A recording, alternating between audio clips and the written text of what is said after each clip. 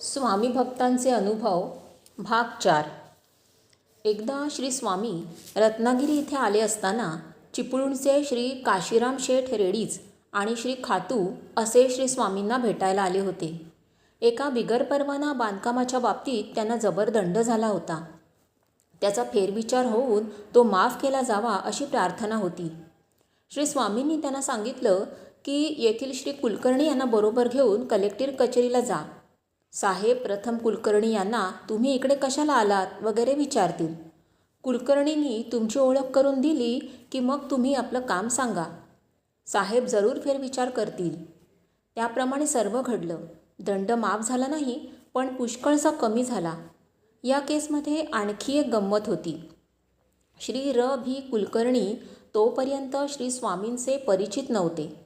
हा माणूस काय करणार, उगाच तुम्ही काहीही म्हणता, असं स्वामीबाबत ते बोलत असत. त्यावर काय आणि कसं घडू शकतं याचा प्रत्यय त्यांनाही द्यायचा होता, म्हणून त्यांना बरोबर घ्यायला सांगितलं.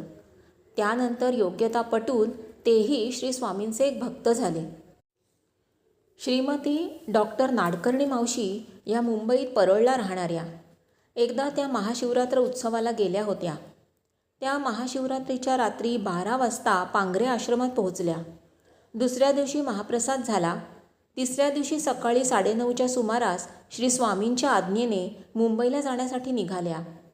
परंतु गाडीचे 4ही टायर्स फुटले होते. श्रींनी मुंबई जाण्यास अनुज्ञा दिली, परंतु गाडीचे टायर निकामी झाल्यामुळे गाडी मुंबईला कशी जाणार ही चिंता मुंबईचे श्री वाघ मामा यांना वाटली. म्हणून त्यांनी श्रींना प्रश्न केला की गाडीचे टायर निकामी झाले आहेत तर आम्ही मुंबईला कसं पोहोचणार. तेव्हा श्रींनी सर्व भक्तांना 5 मिनिटं स्तब्ध राहण्यास सांगितलं आणि नंतर श्री अक्कलकोट स्वामींच्या फोटोवरचा अबोलीचा वळेसर काढून दिला आणि तो गाडीला लावायला सांगितलं आणि म्हणाले, आता गाडी चालू करा. गाडी कशी जात नाही ते मी बघतो, मात्र मुंबईस पोहोचताच तार करायला विसरू नका. त्याप्रमाणे त्यांचा निरोप घेऊन सर्व मंडळी कोंडियेत आली. गाडी कोंडी येथेच ठेवण्यात आली होती, कारण त्यावेळी पांगरे आश्रमापर्यंत जाण्यास मार्ग नव्हता. गाडीत सर्व बसल्यावर गाडीला तो हार बांधण्यात आला आणि काय आश्चर्य, गाडीचे 4ही टायर आपोआप हवा भरल्यासारखे वर आले.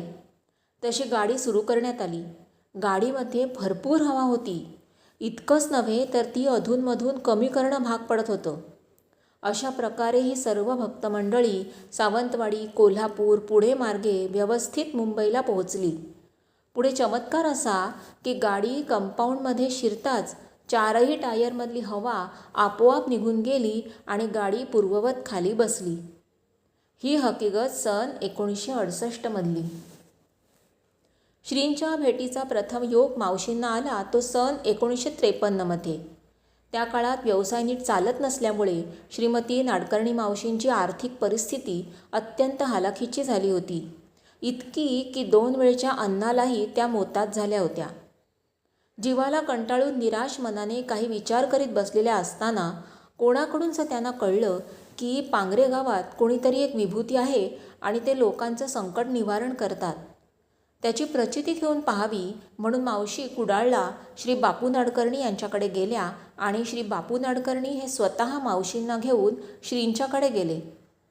वास्तविक पावसाळा वगैरे नसताना अचानक धोधो पाऊस पडू लागला.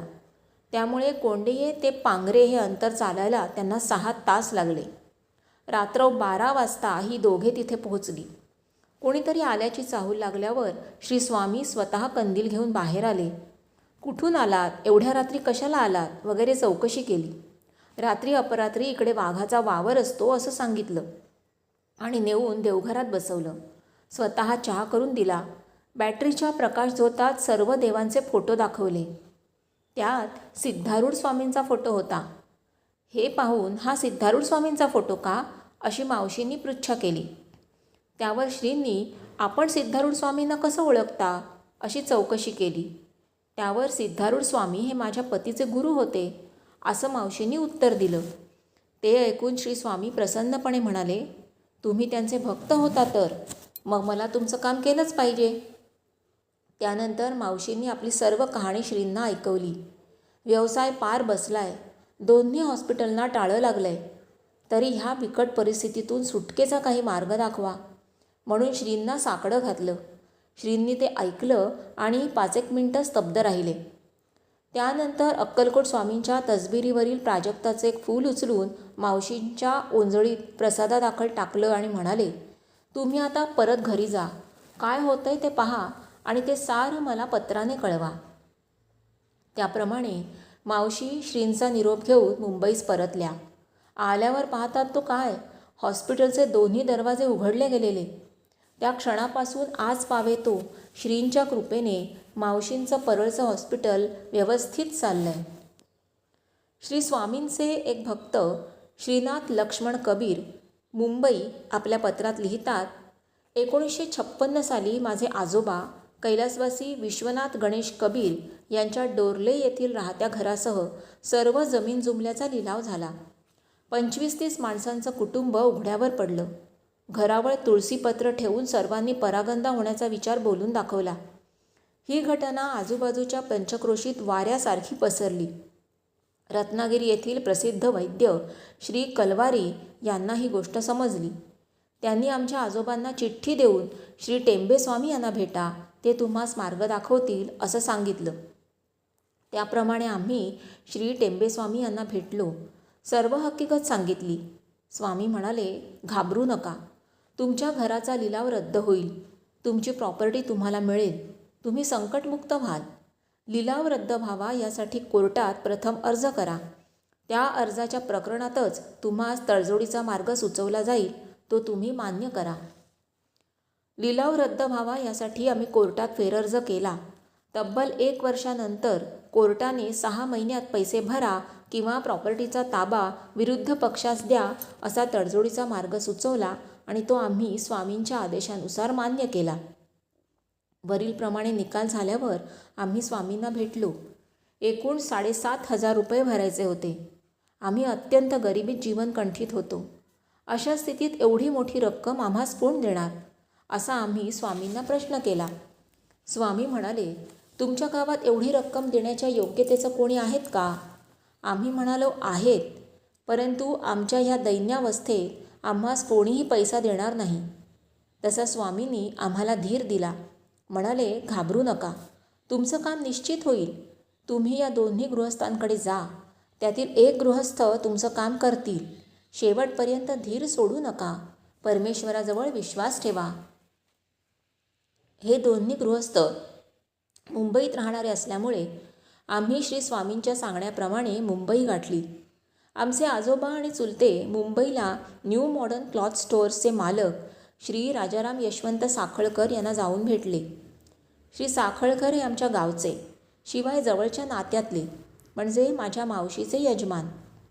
त्यांचा आमचा पूर्वापार घरोबाही होता. आजोबा आणि चुलत्यांनी त्यांना सर्व परिस्थिती सांगितली, परंतु एवढी मोठी रक्कम आम्ही देऊ शकणार नाही असं त्यांनी स्पष्ट केलं. आम्ही मग दुसऱ्या ठिकाणीही पैशासाठी प्रयत्न सुरू केले. या काळात आमचा मुक्काम श्री साखळकर यांच्याकडे होता. असे 15-20 दिवस निघून गेले. पैसे भरण्यास जेमतेम 4 दिवस उरले तसे आजोबा आणि चुलते निराश झाले. काही केल्या पैशांची व्यवस्था होत नव्हती. अशा स्थितीत 2 दिवस गेले. सकाळी उठल्यावर आजोबा आणि चुलते श्री साखळकरांना म्हणाले, आम्ही आता गावातून निघून जाणार. तेव्हा आम्हास रत्नागिरी येथे जाण्यापुरते पैसे द्या.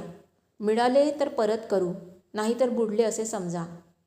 असं म्हणताच श्री साखळकर शेठ सद्गदित होऊन आमचे आजोबा आणि चुलत्यांना म्हणाले, तुम्ही घाबरू नका.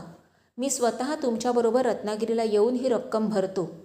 आणि त्याप्रमाणे श्री साखळकर शेठ यांनी लगेच आजोबा आणि चुलते यांना बरोबर घेऊन सर्व रक्कम भरली आणि आम्हा संकटातून मुक्त केलं.